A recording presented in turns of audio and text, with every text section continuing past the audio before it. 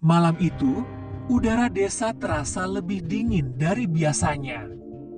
Desa Kertamukti yang terletak di pedalaman selalu punya cerita-cerita misterius yang beredar dari mulut ke mulut.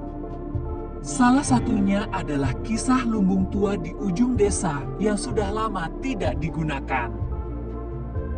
Lumbung itu terletak di antara pepohonan rindang yang hampir menyembunyikan seluruh bangunannya. Tua, rapuh, dan seolah-olah dihantui waktu. Tidak ada yang berani mendekat, apalagi setelah matahari terbenam. Banyak yang mengatakan bahwa ada sesuatu yang tidak beres di sana, sesuatu yang lebih dari sekadar bangunan kosong. Pada suatu malam, Ardi, seorang pemuda yang baru saja pindah ke desa itu, merasa penasaran. Ia mendengar cerita tentang lumbung tua itu dari beberapa penduduk, namun tidak percaya begitu saja. Cuma cerita-cerita nenek moyang, pikirnya. Ia memutuskan untuk pergi ke sana, ingin membuktikan bahwa semua itu hanyalah tahayul.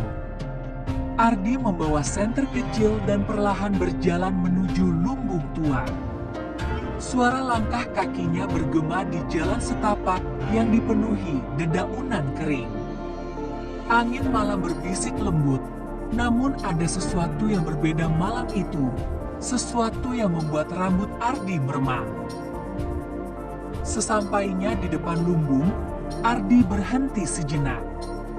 Bangunan itu tampak lebih menyeramkan dalam gelap. Pintu kayunya yang setengah terbuka mengeluarkan suara berderit pelan, seakan mengundang seseorang untuk masuk.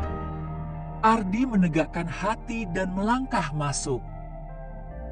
Begitu melangkah ke dalam, ia merasa udara di dalam lumbung itu berbeda. Ada bau lembab yang menusuk hidung dan suasana yang sunyi. Lampu senter Ardi menyorot dinding-dinding kayu yang sudah lapuk, sementara bayangan aneh tampak bergerak-gerak di sudut-sudut ruangan. Ardi merasa ada mata yang mengamatinya, meski ia tidak melihat siapapun.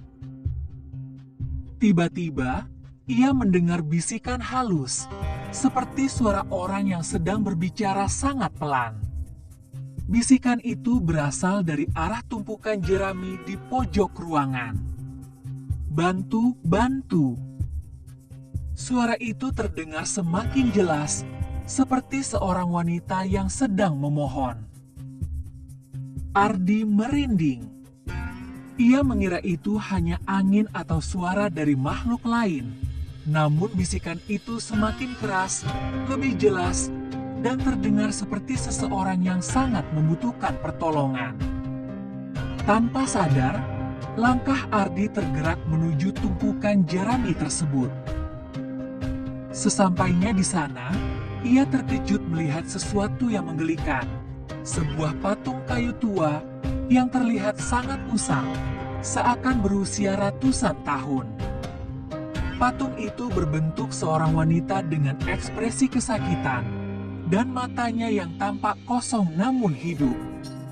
Bisikan itu berasal dari mulut patung tersebut. "Bantu aku." Suara itu kembali terdengar, kali ini dengan nada yang lebih memohon. Ardi merasa terperangkap dalam pandangan mata patung itu.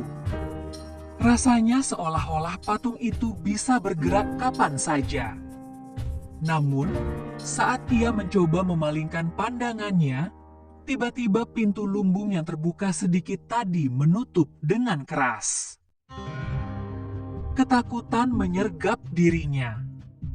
Bisikan itu semakin keras, seperti datang dari segala arah. "Bantu aku, selamatkan aku dari tempat ini." Suara itu bergetar di sekelilingnya. Ardi mulai mundur, tetapi langkahnya terhenti saat ia merasakan sesuatu yang dingin menyentuh tangannya. Dengan panik, ia menoleh, namun hanya melihat bayangan gelap bergerak cepat di sudut ruangan. Ia berlari keluar dari lumbung dengan nafas terengah-engah, dan begitu melangkah keluar, suara bisikan itu berhenti. Hening. Tapi ketakutannya belum mereda. Pandangannya tertuju pada pintu lumbung yang kini sudah tertutup rapat, seolah mengunci dirinya di luar. Keesokan harinya, Ardi tidak bisa menghilangkan kesan bisikan itu dari pikirannya. Ia bertanya-tanya, apakah benar ada roh yang terperangkap di dalam lumbung itu? Ataukah ia hanya berhalusinasi? Namun, saat ia beranjak ke pasar desa, ia mendengar kabar bahwa beberapa penduduk sudah lama melupakan patung itu.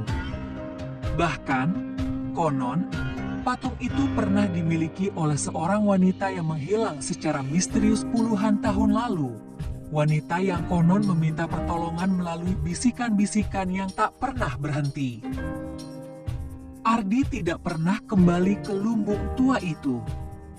Namun, setiap malam, bisikan halus itu masih kadang terngiang-ngiang di telinganya, seakan mengingatkan bahwa ada sesuatu yang belum selesai di sana. Dan di ujung desa itu, lumbung tua tetap berdiri, menunggu orang lain yang cukup berani untuk mengungkapkan rahasianya.